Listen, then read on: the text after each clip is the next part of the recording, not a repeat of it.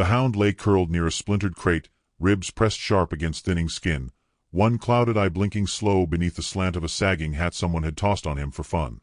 Dust swirled in lazy spirals around the auction yard, the sun hanging low and bitter in a pale sky. A child tossed a stone that struck the dog's hip. It yelped but didn't rise. Didn't even snarl. "Shoulda put that thing down years ago," someone muttered.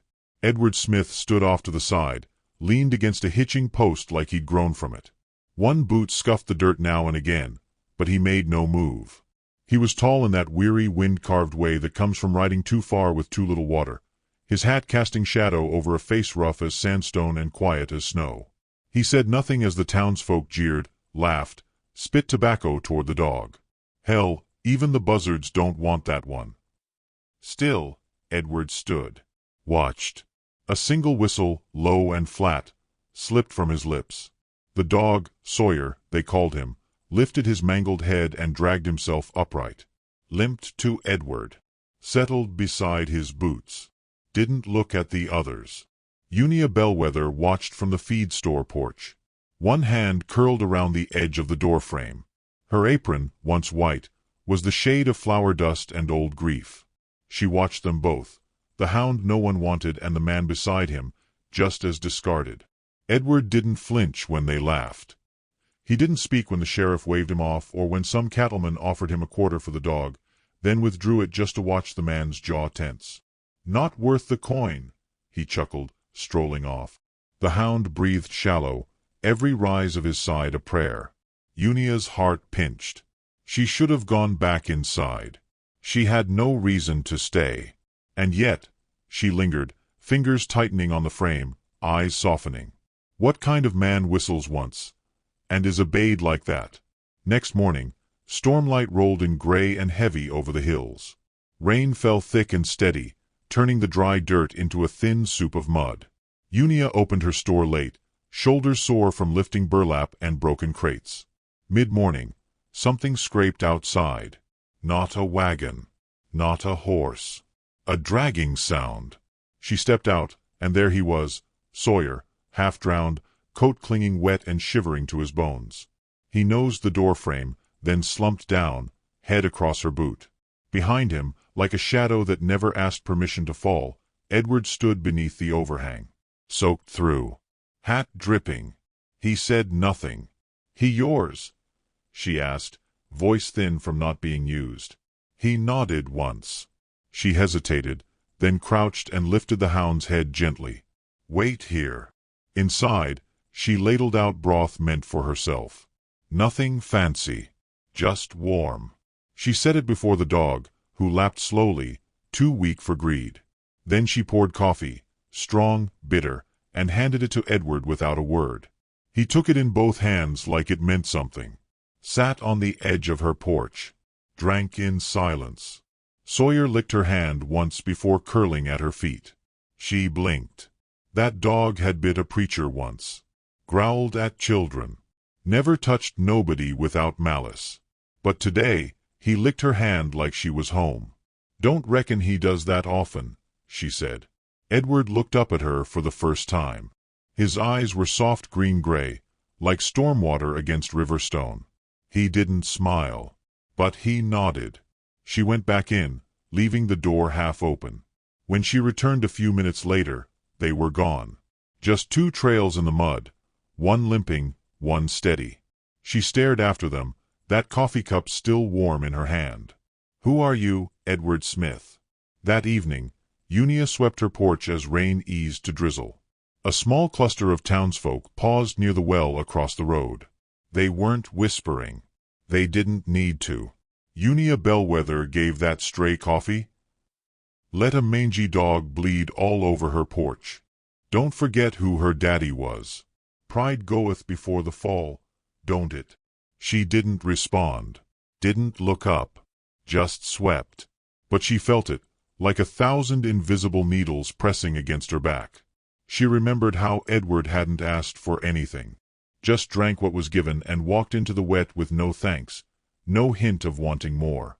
That night, as she closed shop, she found a folded cloth tucked beneath a sack of grain. Inside, 2 biscuits and a note. Won't take charity, but fair trade. Thank you. She stared at the biscuits until the lamp guttered. Then she ate them, slow. They tasted like lard and molasses, and someone trying real hard to remember how warmth worked. The next morning, Edward was on her roof. She gasped when she saw him, hammer in hand, patching the shingles that had leaked all spring. He didn't ask, didn't announce. Just nodded when she stepped outside. Said you had a bad leak, he mumbled. I didn't say anything. You sighed when you passed under it. Looked up. She blinked. That was weeks ago. He nailed another board down. Rain had stopped, but the clouds lingered. She made coffee. Set it on the porch. He drank it while squatting near the edge of the roof, boots balanced on the frame like a hawk on a branch. Sawyer watched her from the corner of the store, tail thumping softly. By noon, the roof was done. Edward didn't wait for thanks. He just tipped his hat and walked off slow. Sawyer followed, limping beside him like they were tethered. Unia leaned on the doorframe, heart pressing strange against her ribs. She hadn't realized how long it had been since someone did something just because. Not long after, the town pastor stopped by. Meek smile. Friendly tone. Folks are concerned. About, well, that man, Smith. You know his story. She didn't answer. Got caught stealing saddles years back. Or maybe he was blamed. Hard to say. Lived alone in a shack ever since. Never married. Never spoke much. Unia nodded politely. Appreciate your concern, Reverend. He waited. She didn't add anything. Eventually, he cleared his throat and left. That night, she found a cracked scoop, useless for grain, had been mended and left beside her door. No note. Just sawdust still fresh on the handle. The next morning, her porch rail had been straightened. She hadn't even noticed it was loose. Edward didn't return. Not for 3 days. She tried not to notice. Tried not to glance toward the path, to the hills, to the spots where boot tracks had marked the earth. Then, on the 4th day, he arrived. With Sawyer. And a single jar wrapped in cloth. He handed it to her like it might shatter from being touched. Apple preserves, he murmured.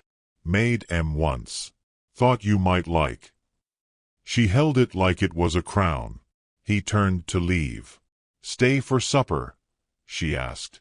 He froze. I got stew left. And Sawyer seems to like it here. Edward turned, slow. Those eyes of his flicked to hers. Still no smile. Just a small nod. She brought out 2 bowls.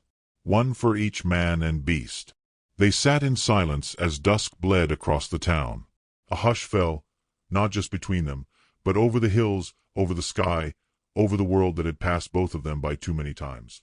Edward said nothing, but when he finished, he washed the bowl and set it neatly by her door. Sawyer curled by the post. Edward stood, tipped his hat. Unia watched them walk off together.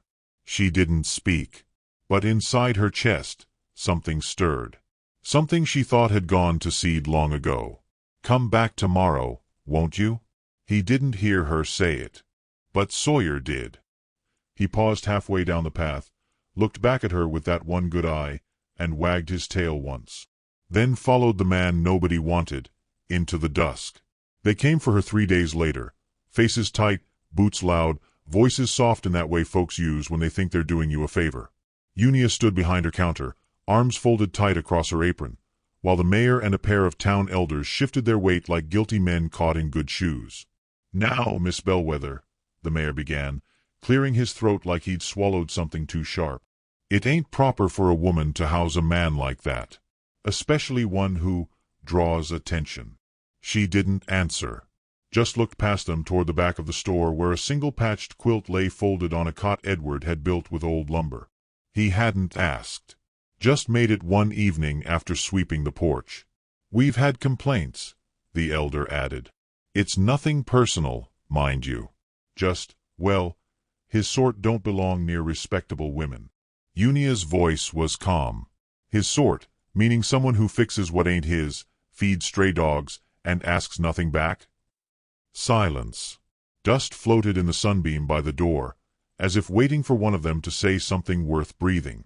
"We're trying to protect you," the mayor offered, gentler now. She smiled then, small and tired. "He's the only one who ever tried." That evening, Edward came to her in silence. His coat was torn again, always catching on fence wire, and his hands bore fresh scrapes from fixing the town's broken well. He never said who asked him. He just did what needed doing. Unia didn't mention the mayor. Just placed bread on the table, warm from the stove. Sawyer lay by her feet. Thunder grumbled far off in the hills. When the storm broke, it came hard. Rain lashed the windows. Wind pulled at the roof like it wanted in. Edward stood near the door, watching the sky like it was trying to speak. Unia reached out and touched his wrist. "You don't have to go." His eyes flicked to hers, unreadable. But he went anyway. When morning came, Sawyer was gone. So was Edward. She searched the hills. Called until her voice broke. Found nothing but broken twigs and a patch of blood near the treeline. Small, dried, not enough to kill, but enough to worry. A week passed. Then two. The store went quiet. Customers came less. Rumors bloomed like fungus. Ran off with her money. Maybe he was hiding something worse. No surprise. Her daddy was a drunk. She always chose wrong. Unia swept the same spot on the porch for hours. The dog bowl stayed out. The cot remained made. On the 15th day, a man in a gray coat stepped off the mail coach, carrying a briefcase that didn't belong in dusty towns. He asked for Unia Bellwether. Said he represented the Smith estate. She laughed, softly.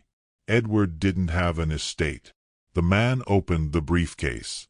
Inside were letters, deeds, gold claim titles stamped with her name. A single journal wrapped in oilcloth sat on top, its corners soft from use. He refused to claim it his whole life, the man explained. Said land meant nothing without someone worth giving it to. Until he met you. She opened the journal with trembling hands. There were no long entries. Just sketches. Of her. Feeding Sawyer. Laughing with flour on her face. Fixing the hem of her skirt in the mirror. A note beside one said, "Kindness tastes like apple preserves." She turned a page. There she was again, standing at sunset, hair loose, looking at something far off. The caption read, "She never looked at me like I was broken." Unia's breath hitched. "Where is he?" she whispered. The man hesitated. "We don't know. We found Sawyer limping back to the claim weeks ago. Alive, but barely." Her fingers curled around the page. And Edward. He left before the Hound returned. Took nothing. Not even a blanket. Days blurred after that. She paid off the feed store's debts. Hired a carpenter to fix the roof for good. Turned the back room into a rest stop for travelers with no names, no homes, no one to vouch for them. They came in ones and twos. Men who walked like ghosts. Women with eyes full of storms. Children who clutched no toys, only silence. She gave them what Edward had given her, safety without question. And every night, before the lantern was turned low, she read from that journal, her fingers lingering on pages worn thin. One evening, a small boy tugged at her skirt. "Is he coming back?" he asked. She crouched, brushing his hair from his forehead. "Maybe not the way we hope. But I think part of him never left." The boy looked toward the hills. "What if we call him?" Unia smiled. "Then call softly." Edward never liked loud things. Outside, Sawyer lay curled beneath the porch, his gray face twitching as if dreaming of footsteps and thunder. His one good eye opened, just once, and stared into the dark, as if listening. Somewhere out there, in the hush between wind and memory, a man walked alone. Boot prints soft as regret. Hat low. Heart full. He left no trail behind him. Only grace. Sometimes, the ones the world throws away carry the greatest treasures. And sometimes, if you're lucky enough, you get to love one before they disappear.